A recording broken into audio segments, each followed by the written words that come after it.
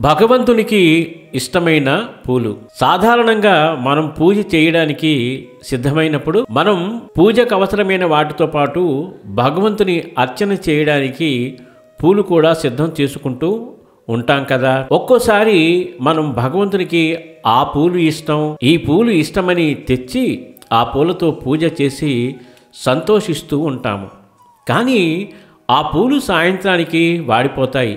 ఎప్పటికీ వాడిపోని నిజంగా భగవంతునికి ఇష్టమైన పూలేంటో తెలుసుకుందాం. అహింసా ప్రథమం పుష్పం, పుష్పం ఇంద్రియ నిగ్రహ, సర్వభూత దయా పుష్పం, క్షమా పుష్పం విశేషతః, జ్ఞానపుష్పం తపఃపుష్పం, శాంతి పుష్పం తదైవచ, సత్యం అష్టవిధం పుష్పో విష్ణోః ప్రీతి కరం భవేత్. అహింస, ఏ ప్రాణికి మానసికంగా బాధ కలిగించకుండా ఉండడమే దేవునికి సమర్పించే ప్రథమ పుష్పం.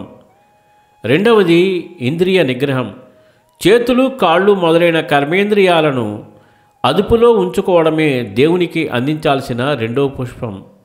దయ, కష్టాల్లో బాధల్లో ఉన్నవారి బాధను తొలగించడానికి చేసే పనే దేవునికి అర్పించే మూడో పుష్పం. క్షమ, ఎవరైనా మనకి అపకారం చేసినా ఓర్పుతో సహించడమే క్షమ. ఇది దేవునికి సమర్పించే నాలుగవ పుష్పం. 5 ధ్యానం, ఇష్టదైవాన్ని నిరంతరం మనసులో తలుచుకుంటూ ఆయన మీదే మనసు లగ్నం చేయడం, ఇది దేవునికి అందించే 5వ పుష్పం. 6 తపస్సు, మనస వాచ కర్మణ భగవంతుని నామస్మరణ చేయడం, లీలలు స్మరించడం తపస్సు.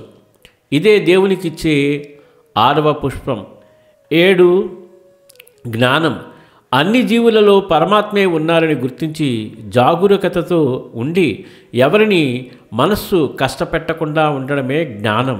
అది దేవునికి అర్పించాల్సిన 7వ పుష్పం. 8 సత్యం, ఒక్కోసారి మనం చెప్పే సత్యం అవతలి వారికి బాధ కలిగించవచ్చు. అట్టి నిజాలను వారికి బాధ కలగకుండా చెప్పాలి. అది దేవునికి అలంకరించాల్సిన 8వ పుష్పం.